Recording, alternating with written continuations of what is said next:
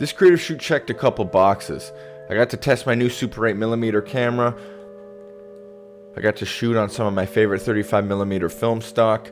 I didn't have to lug around all my digital equipment, and the best parts, I was able to work with my favorite collaborative partner, aka my wife, and celebrate our 3-year wedding anniversary. These are always my favorite shoots. And I'd say the only thing missing was a client paying for this, but who knows? A shoot like this could open the doors for a paid gig just down the road.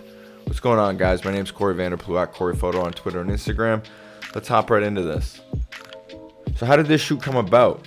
Well, it was Erica and I's 3-year wedding anniversary, and we usually do some sort of staycation in the city. This year we chose the Edition Hotel in Manhattan.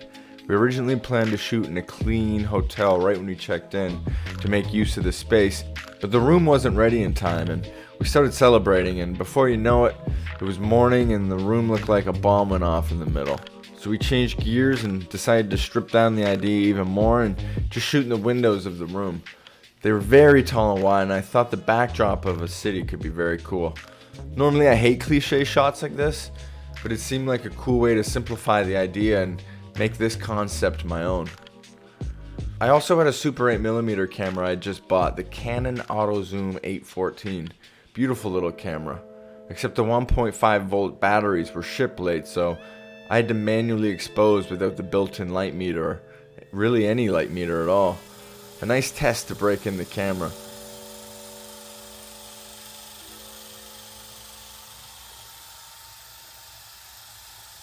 But these are the times to do it, when you can have fun, experiment, enjoy the process, and not worry too much about the result.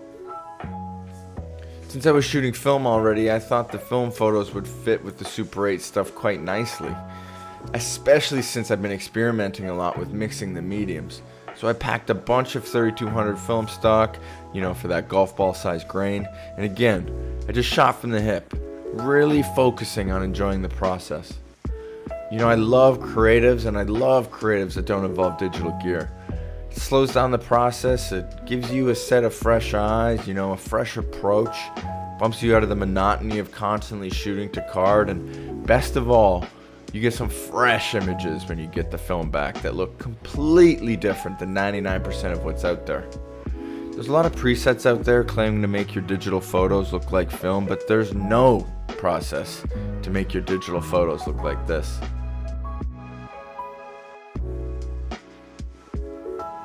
I also wanted to pack light, so what's better than to shoot lingerie? Erica was able to pack 5 different looks in a small 6-inch bag, and we spent some time just experimenting, drinking coffee, laughing, and best of all, we had fun just doing what we do best. The hardest part of this was waiting for the film to come back. The photos always come back first, and they were way better than I thought. Because she was backlit, I loved the idea of the flash balancing her out so she would be a similar exposure to the city behind her. This kind of exposure sensibility usually only comes with experience and experimenting with film. You can also do it as an exercise with digital.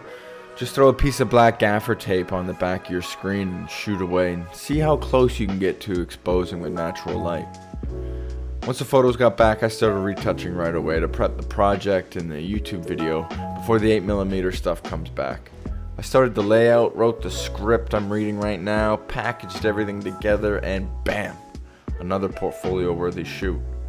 The 8mm stuff looks incredible, dreamy, and I was able to pair it with a poem I shot with Erica a few weeks ago. Which just goes to show, if you keep shooting, keep falling in love with the process, then things will just start to click more and more.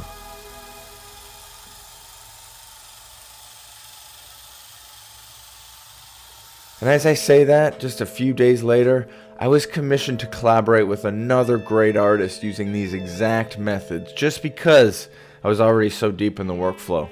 It's funny how these things work out, but I'll save that for the next video. Thanks for watching, everyone. My name's Corey Vanderploeg at CoreyPhoto on Twitter and Instagram. Happy shooting.